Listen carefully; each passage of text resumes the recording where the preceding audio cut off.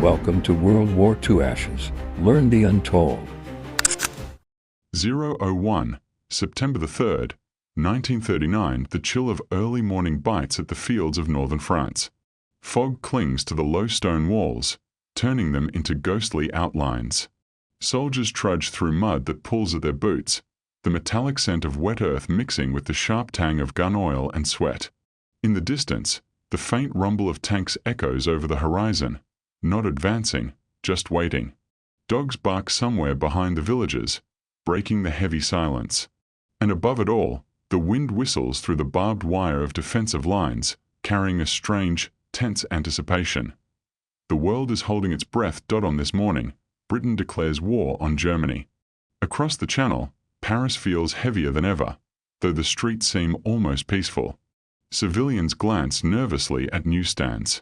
Children clutch their mothers' hands. Soldiers peer over their foxholes and trenches, fingers twitching on rifle triggers. But despite the declarations, despite the mobilization, nothing moves. Nothing. Hitler's armies, triumphant in Poland, are paused. Not advancing. Not retreating. Just waiting. Why? The answer lies not in indecision but in calculation. Germany, fresh from the Blitzkrieg in Poland, is regrouping. Units are scattered. Supply lines are extended beyond immediate repair. And Hitler himself is studying the terrain, the weather, and the French defenses. Every general knows the cost of a hasty push. Every delay could be the difference between a lightning victory and a grinding stalemate. Yet for the people in the trenches, in the cities, and on the roads of Europe, it feels like eternity. Meanwhile, in London, Prime Minister Neville Chamberlain sits at his desk. His face, lined with fatigue and the weight of recent diplomacy, stares at maps littered with pins and red markings. Messages arrive constantly, reports of troop movements, intelligence on German positions, telegrams from allies. But there is no immediate action. Every report is met with deliberation, hesitation, fear of provoking a catastrophe. Outside, the fog of war is literal. Inside, it is moral, political, and strategic. Across the French border, soldiers of the French army, still recovering from the trauma of World War I, march into positions they hope will hold. Fortifications along the Maginot Line gleam wet and cold, concrete walls absorbing the drizzle. Engineers check artillery placements while officers whisper last-minute orders. Every man knows the danger, yet the danger does not come. Days pass, weeks pass, and the waiting gnaws at nerves like frostbite. The German generals call it the Blitzkrieg, the sitting war. Allied newspapers begin whispering it too, Phony War. It seems absurd. How can a world war exist without battles? How can millions of soldiers, tanks, aircraft, and guns face each other without clashing? But the truth is far more calculated and far more frightening. Both sides are assessing, probing, and preparing for a storm they know is inevitable. Every delay, every cautious step, carries a risk, and the men at the front feel that risk in their bones. Meanwhile, over the North Sea, RAF pilots train relentlessly. The engines of their biplanes scream overhead in tight formations, propellers slicing the cold air. Ground crews scurry under the wings, oiling, fueling, inspecting. Yet when these planes rise, there is no enemy to meet them. The skies are empty but expectant. Every pilot senses that this silence is temporary. Every flight carries a question they cannot answer. When will the first shot fall? Across Germany, Hitler's Berlin is both triumphant and tense. The streets are full of propaganda banners, marching bands, and cheering crowds. But behind the celebrations, the military machine is restless. Supplies are being stockpiled. Panzer divisions practice maneuvers. Intelligence officers pore over French maps, plotting possible routes.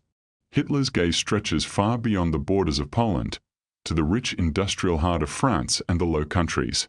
He knows that the delay is not weakness, it is strategy, and yet, in the trenches and the towns of Europe, there is a suffocating uncertainty. Letters from home pile up in soldiers' pockets. Rumors spread faster than news. They are coming tomorrow. No, next week. Each false alarm brings heart-stopping tension, a taste of adrenaline that becomes almost addictive. Soldiers learn to live in this tension, to eat, sleep, and march with it as their constant companion. Then, somewhere on a foggy morning near the Ardennes, a lone scout spots movement, small, tentative. Horses clop in the distance. But it is only a supply column. The silence resumes. And the question lingers over every officer, every soldier, every civilian. What is Hitler waiting for? The answer is not simple. It is hidden in a maze of logistics, psychology, and strategy that only the German High Command fully understands. And yet the implications of the delay will shape the next phase of the war in ways Europe cannot yet imagine, as the cold wind cuts across the open fields and the soldiers adjust their collars against the drizzle. One thing is certain: the world is poised on a knife edge. Every hour of waiting stretches longer than a battle. Every decision, made or postponed, carries the weight of millions of lives, and somewhere in Hitler's headquarters, the question remains: when will the time be right? October the 12th, 1939. Damp fog rolls over the Siegfried Line, the massive German fortifications facing France. Soldiers adjust their helmets against the drizzle, their breath forming short clouds in the cold morning air. Boots squelch in mud as engineers drag massive artillery pieces into position. Each movement is deliberate, measured. There is no panic. Only the hum of preparation and the quiet tension of a war paused. Across the Channel, the French sit behind the Maginot Line, staring at fields that seem empty but are charged with invisible danger. Trenches are dug deeper, barbed wire tightened, mines buried just out of sight. Officers walk between units, checking maps and peering at the horizon through binoculars. Their faces betray the weight of waiting. Some talk nervously, others sit in silence, chewing tobacco or gnawing on cigarettes. Every man feels the itch for action, yet every man knows this is a test of patience, and patience can break a soldier just as surely as a bullet. Hitler's generals, meanwhile, argue over timing. Some urge immediate strikes to capitalize on Poland's victory. Others warn of logistical strain and the need to consolidate. Panzer divisions have crossed into Westphalia, but supply wagons struggle along muddy roads. Fuel, ammunition, and food convoys must keep pace with the mechanized columns, or the whole plan could collapse. Hitler listens, but he does not rush. In his mind, strategy is chess, not checkers, and the French and British are unwitting pawns in a waiting game they cannot yet see. In London, the British Expeditionary Force prepares for deployment to France. Soldiers board trains and ferries with a quiet discipline, the rhythmic clatter of wheels on rails filling the air. Officers inspect every crate of weapons, every rifle, every uniform. Mechanics grease engines, check tires, and polish bayonets. The sense of inevitability is palpable. These men are going to the front, but what front? And when? Meanwhile, along the Ardennes, German reconnaissance planes skim low over the forests. Their engines hum like distant bees, barely audible over the crunch of soldiers' boots in the mud. Pilots sketch the terrain, noting roads, villages, and defensive positions. Each flight is a puzzle piece, every observation crucial to a future plan. But for now, the soldiers on the ground see only the quiet sky, unaware of the calculations happening above them. In French command centers, tension mounts. Intelligence reports flood in, small German patrols, troop movements, the occasional armored car passing a village. But no massive offensive. French generals debate endlessly over where to strike first, whether to probe the Siegfried Line or wait for the Germans to make a move. Maps are covered in pins, lines, and shaded areas. Radios crackle with intercepted German communications, but interpretation takes time. Every second feels like an hour. Every hour, a risk of miscalculation grows. Back in Germany, mechanized units practice coordination. Tanks roll across fields, their engines belching black smoke. Infantry marches alongside, testing communication lines with hand signals, flags, and radios.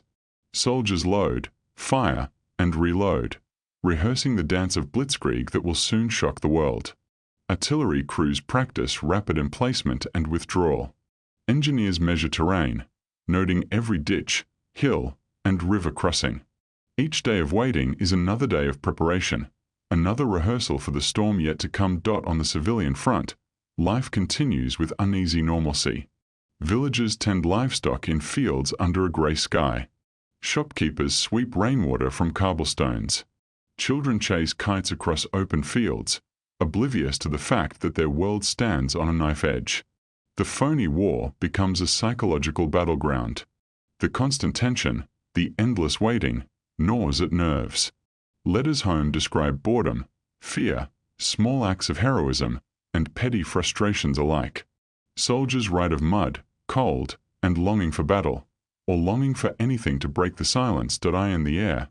RAF pilots continue training sorties, scanning empty skies for imaginary enemies. Hurricanes and Spitfires roar overhead, engines vibrating through frozen hands.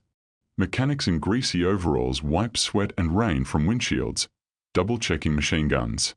Every flight sharpens reflexes, every turn, dive, and climb a rehearsal for war that hasn't yet touched their feet.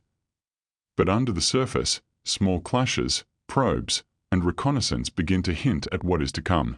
German patrols occasionally skirmish with French sentries. Mines detonate in empty fields. A lone French artillery battery fires across the border at shadows mistaken for tanks. Every action, every misstep, every false alarm carries the weight of an entire war. Yet the main battle is still months away. Hitler's calculated pause is more than mere caution. It is a masterstroke of psychological warfare. By waiting, he forces France and Britain to question themselves, to expend resources, to tire their nerves without firing a single decisive shot. Soldiers freeze in foxholes, civilians flinch at distant artillery, generals debate endlessly, all while the German war machine strengthens, studies, and waits, and then, in the cold mist of a November morning, something unexpected happens. A German patrol near the Saar reports a French movement, a small probing attack, barely a dozen men, but enough to suggest that the Allies are testing defenses, feeling for weaknesses. The men return with stories of mud, rain, and nervous firing. But the pattern is clear. The war is awakening from its strange slumber. The tension reaches a new level. Across Europe, leaders realize the waiting cannot last forever. Supplies are stockpiled. Soldiers are restless. Pilots practice endlessly. And Hitler, in Berlin, studies maps that could decide the fate of millions. One question lingers in every command tent, every barracks, every headquarters.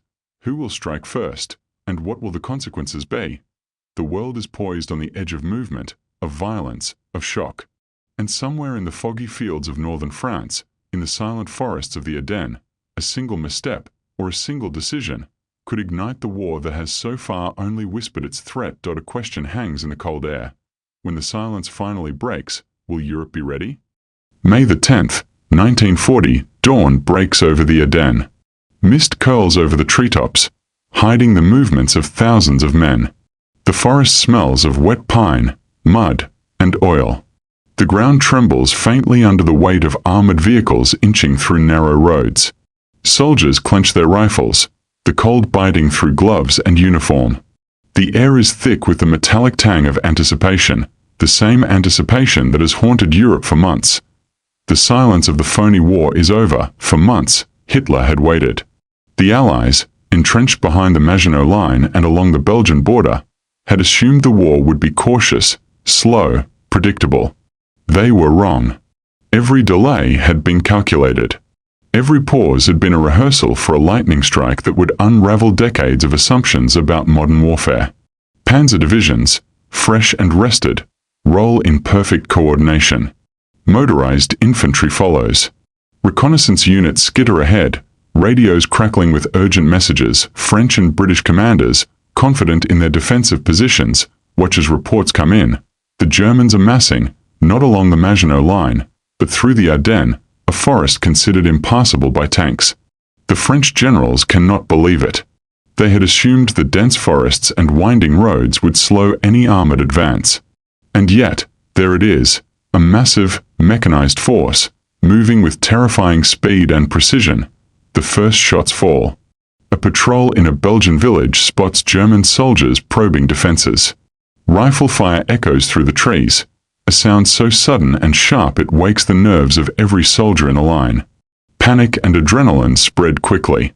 Soldiers leap from foxholes, artillery crews scramble to fire, and pilots in the RAF scramble planes into grey, rain-soaked skies. The war has finally arrived. Back in Berlin, Hitler studies maps as his generals relay reports. His plan, months in preparation, is working perfectly. The Allies are caught off guard, trapped by their own assumptions. Belgium and the Netherlands are next. Blitzkrieg, the lightning war, moves faster than anyone had predicted. Tanks slice through forests. Infantry follows, securing roads and bridges. Air supports Strafe's enemy positions, dropping bombs with terrifying accuracy. Entire units of French and British soldiers are encircled before they can even react. The human cost is immediate. Men who spent months waiting now find themselves thrown into chaos. Soldiers are cut off, separated from their units. Artillery falls on villages where families had hoped to remain safe.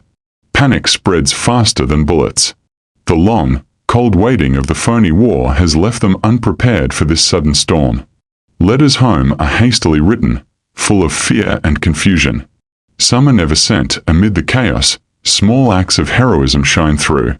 French soldiers, realizing they face overwhelming odds, stand their ground to protect civilians or cover retreats.